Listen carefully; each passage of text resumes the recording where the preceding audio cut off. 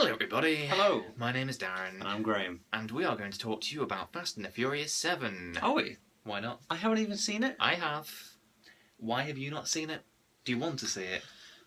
Before I tell you the story. The reason why I haven't seen it is because... Well, I realised that was a boring story. It's because you were busy when I went. So I changed my question to, do you want to go? It's a different story? Go on then. Yeah, I'm not that big a fan. Well, you're wrong. Oh. You should be. So do you not want to see this film at all? Yes, but when it's in the £1 bargain bin... It will never be in the £1 bargain bin. It's too good for that. I'll tell you what it's about, shall I? And for you at home who might not know, in Fast and the Furious 6, Vin Diesel drops Jason Statham's brother out of an aeroplane because he's the baddie, as in the brother is. And then in this film, mysteriously, this is a little twist for you, the brother's still alive, but in a hospital bed he survived the fall from the aeroplane on the 300-mile runway. And he's traded bodies like Patrick Stewart in X-Men 3. No, it's still him. He's just in a hospital bed. It's not as ridiculous as X-Men 3. And I hate X-Men 3. Wow. And so it starts with Jason Statham in the hospital. It's kind of funny. It really is funny. Like, it's the guy from the Fast and Furious film. Hospital? Yeah, he's in a hospital bed. And Jason Statham's going like, I will get the people who did this to you. And then he walks out and he's literally destroyed the hospital because obviously a SWAT team have tried to take Jason Statham out. So he's had to get past them all to get to his brother, and he's just blown them all up. No, it's really cool. It's really cool. It doesn't make it wouldn't happen. Lots of things in movies wouldn't happen. Do you think the Avengers is real?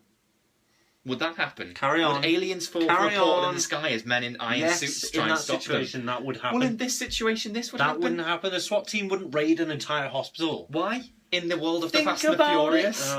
If you're going to start nitpicking with the Fast and the Furious, the hospital SWAT team that we don't even see, it's already happened, is not the place to start. So, Jason Statham then decides to track down the gang, the Vin Diesel gang, to kill him for pushing his bad brother out of an aeroplane, forgetting that the brother was trying to kill them. They were only defending themselves. So that happens. Then for some unknown reason, Kurt Russell, who is in the CIA or, I don't know, some secret agency in America, recruits Vin Diesel to kill Jason Statham. I don't know why. Well, actually, he recruits Vin Diesel to get this thing called the God's Eye, which helps track anybody on the planet, a bit like that thing in Batman Begins, in The Dark Knight, you know, it picks up on mobile phones. And Vin Diesel agrees. I think it's one of those where they both gain from this. So Kurt Russell gets his device, and then he says, you can use it to track down Jason Statham. But I don't know why they need it, because Jason Statham's the one after them. It's like the writers forgot who was chasing who, and thought, okay, Jason Statham's the baddie, Vin Diesel needs to find him to kill him. But the point is that Jason Statham's looking for him, so they don't need the God's Eye. Just stand still and Jason Statham will turn up. And there are literally scenes where they're trying to escape with the God's Eye, whilst Jason Statham's trying to stop them escaping. And it's like, you don't need to escape, you're only getting this to find the guy who's stopping you escape with that device. But I think they must have just forgotten what was going on. So is that like a positive point in your mind? Yeah. Because the Fast and Furious films, the more stupid they are, the funnier I find them. And so if there's a that's an entire world that's gone stupid. Yeah. I agree. And this is what I said in my blog that I write and wrote, that if it was just a silly film, like the kind of G.I. Joe movies or whatever, I wouldn't like them, because it's just trying to be silly. It helps me, I think, to think that trying to be silly? Yeah. Oh. It helps me that Vin Diesel thinks that what he makes is really good. So, in my blog, I said it's like a comedy double act, and you've always got the straight man, and in this comedy double act, you've got Vin Diesel, who's the straight man, and then you've got the film, who's the silly partner. The film's the partner? Yeah, the film itself. So, I think that, yes, it helps that this film has a ridiculous plot that makes no sense, because none of the film makes any sense, and the funnier it is, the better. And the more serious I think he takes it, the funnier it seems in comparison. I don't think it would work without him, and I don't even like him in the film. But I don't think it. I think it needs him there. Do you think you have a unique kind of view of the film? No. Do you think most people are enjoying it? Ironically, I think there are three groups. Because you are enjoying it ironically. This isn't ironic enjoyment. No, I think I'm enjoying it how the film wants me to enjoy it. The film knows it's ridiculous, so I'm enjoying the film the way it should be enjoyed. No. You're only enjoying. This is like the Big Bang Theory now. I don't watch it. Normal people. Oh, you mean the actual Big Bang? No. The show. The show. Right. Sorry. Because like normal people watch it for Penny's. For Penny's reaction. The girl who's like the normal one. Show. Yeah, we just discussed that. So. But this analogy's not going to mean anything to me because I don't watch the show. No, you're okay. So, but you're watching the film for Vin Diesel's bewilderment, if you like. No, that just helps me. That helps me enjoy it. I'm watching the film doesn't take itself seriously, and so I'm enjoying the film the way it should. There are three groups of people. There are people who enjoy the film like me because it's just so stupid that you have to enjoy it. There are people who just don't like it, which is fair enough. And there are people who...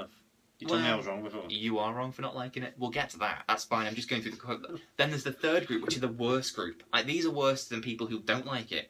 They're the people who do like it because they think it's good. They think it's an actual legitimate... Yeah. You know, fast like, cars. yeah, and so when anything... Like, there's bits when we're watching the sixth one and in this one, when things happen and people go, oh, come on. As though that's too stupid. And it's like, no, it is a stupid... As though, like... The runway. In the sixth one, it was the bit when Vin Diesel flew across the bridges and someone in the audience went, fuck off.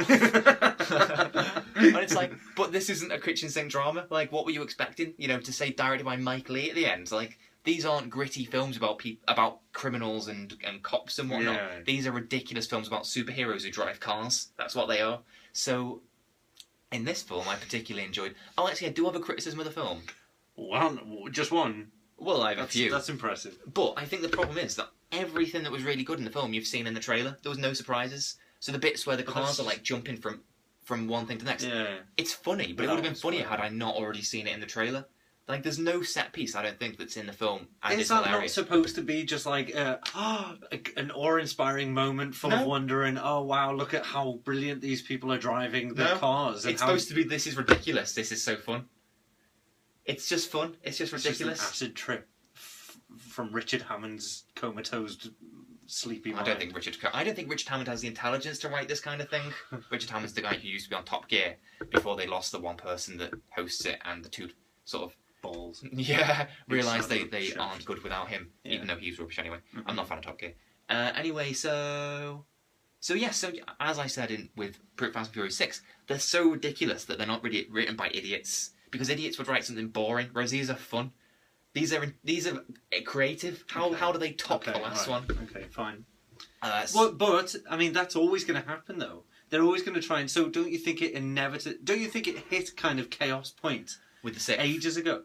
Because I haven't seen the first four, but I think the first four aren't as ridiculous and they take themselves seriously. Exactly. It's only when it got to the fifth one they got good because they became self-aware. And isn't that through the process of trying so hard to kind of better the last thing that they got to the point where they just had to become ridiculous? Well, maybe. To survive. Kind of like the Bond movies with Roger Moore, where it starts off as Live and Let Die and then it ends up as Moonraker. I guess so, yeah. That's fine, except in this case I prefer the Moonraker versions.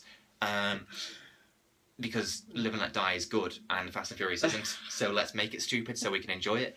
Right. So you're saying you're happy to sacrifice the kind of all the sternness and all the grump and stuff that they all show.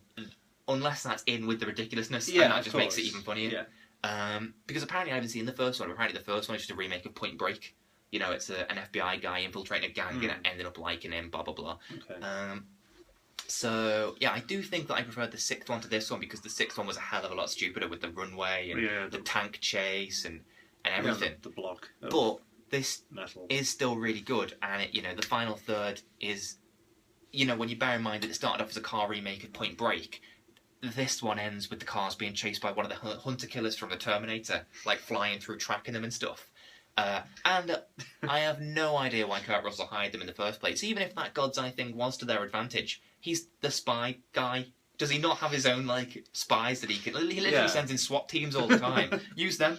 There's a bit which really kind of disappointed me actually in this film, where they go to attack Jason Statham, and he's sitting there eating hand grenades, as you do. He's got his dinner ready, and they surround him, and then he pulls out what's in his mouth, and it's a hand grenade. So I just presume he was eating hand grenades. And well, he would. Then the lights go out, and a load of baddies turn up to try and shoot Kurt Russell and stuff. And the lights, did I say the lights go out? Yeah. Oh, the lights go out, and there's a bit where Kurt Russell then puts on some sunglasses, and I was like, oh, please let them just be normal sunglasses. And then it turned out they were night vision ones. And I thought, no. That makes sense that he would put night vision things on. I thought it would be funny if he just puts the cool sunglasses on.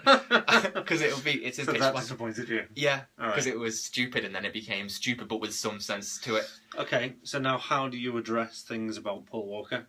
Because does that kind of, that harrowing kind of end, or, whatever, conclusion to his story is, there has to be, he's dead in real life. Does it detract from the fun?